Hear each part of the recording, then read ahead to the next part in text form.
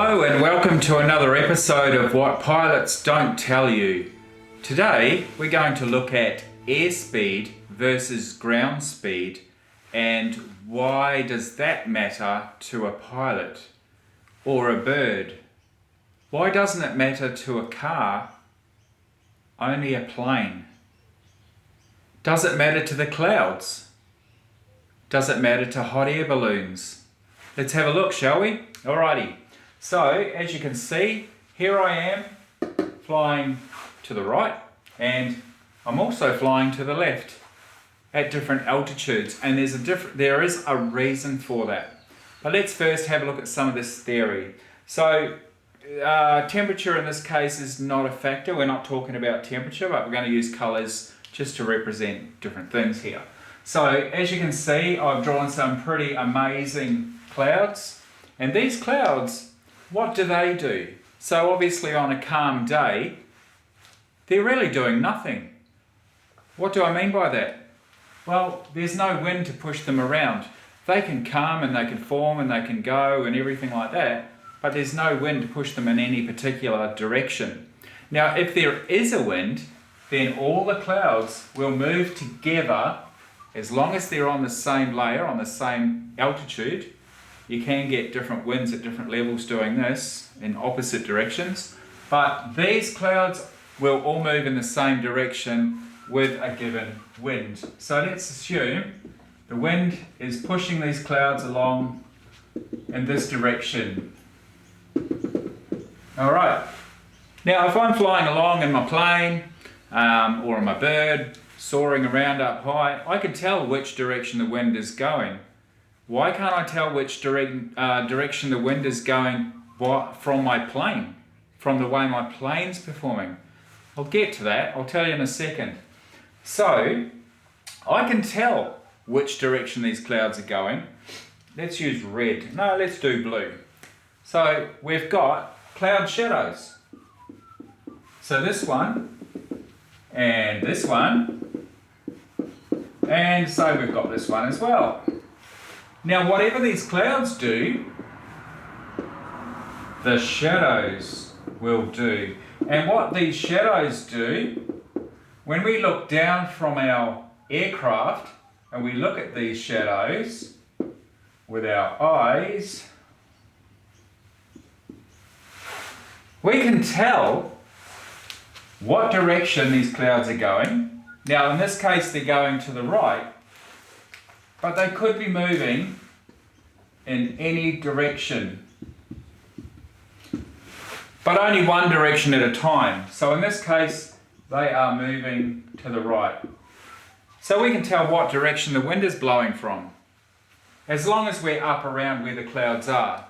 If we're lower or higher than the clouds, we might be in a different wind layer, or atmospheric layer, which can cause wind direction differences and wind strength differences, which then won't be accurate to gauge from the shadows how fast we're actually being affected, how much we're being affected by the wind. So, why is this all important? Because airspeed versus ground speed. When we fly at, let's say we use red here. So say I'm flying along at 70 knots in this direction, or I could be also flying, in this case, 70 knots in this direction.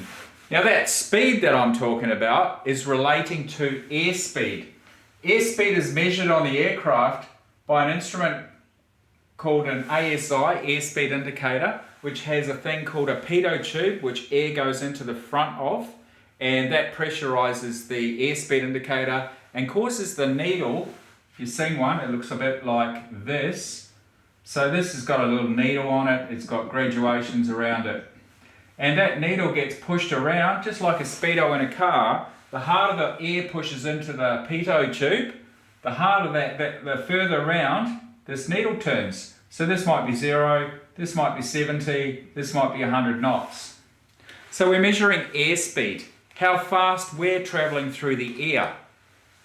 Why is it then that we need to consider, and what is the difference with ground speed? So with ground speed, what's happening is, if we then say we can tell how fast the clouds are moving, we can't really tell exactly how fast they're going. We can only tell if they're moving at all, or if they're still, or if they're moving fast or slow.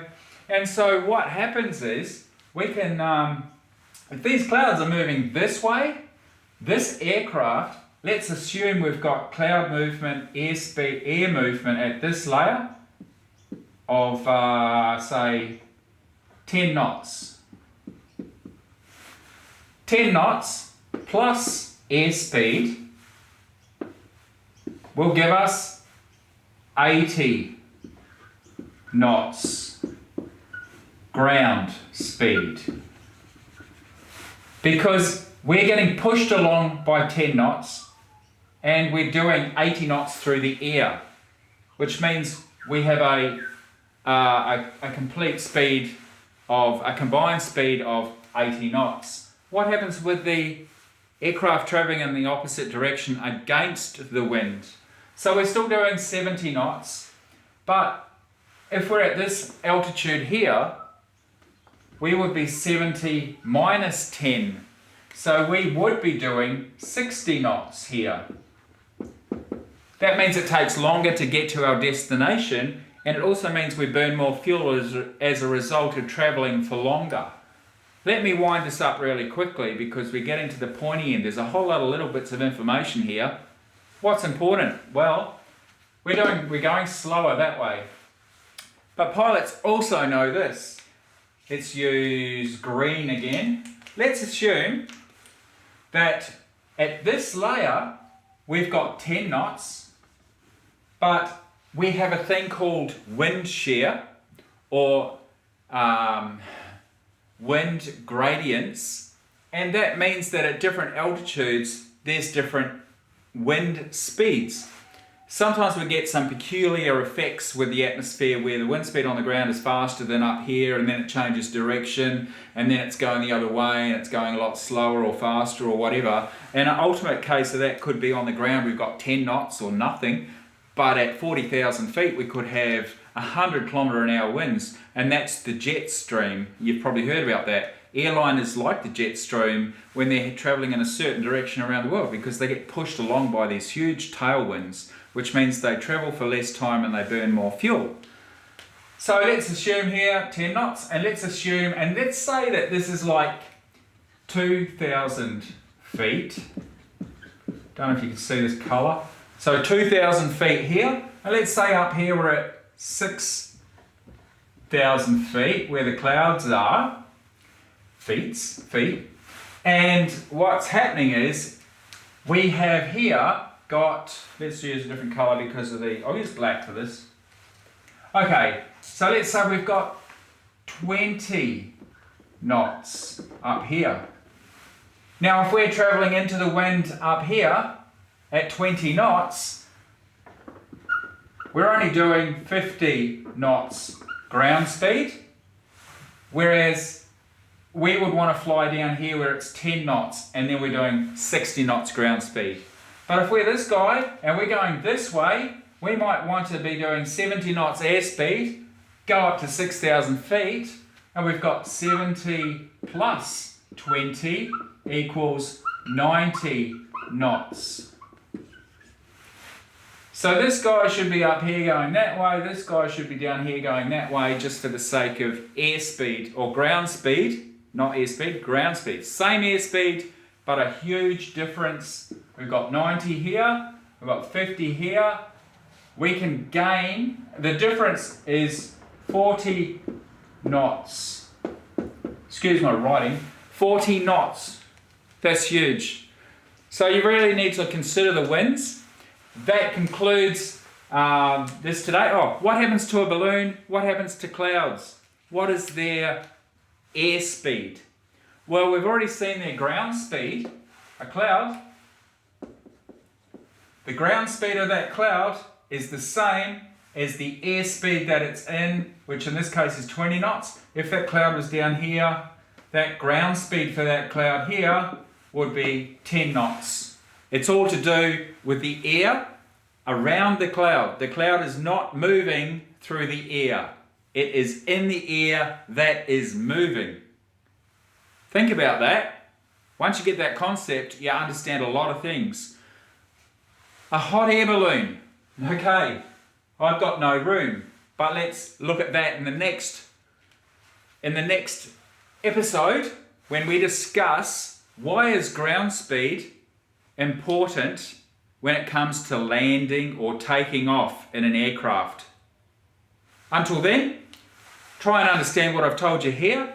There is a lot going on here, but hopefully the next episode helps to wrap it up and to clarify what we've been talking about. Just try and understand that heading into wind slows the aircraft ground speed down, heading with the wind increases the ground speed of the aircraft. Of course, there's also travelling across the wind.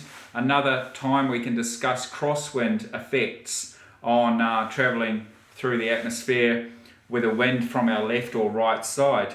We're not going to go into all of the different components. There's different points, vectors of wind. If we're travelling this way, what happens when we've got a 45-degree wind? Well, it affects the speed of the aircraft, and as does a tailwind. There's a lot of that too. Enough for now. Don't want to blow your mind, but that's it in a nutshell for ground speed versus airspeed. And I hope you are looking forward to the next video and that this one was informative for you. Until then, stay safe.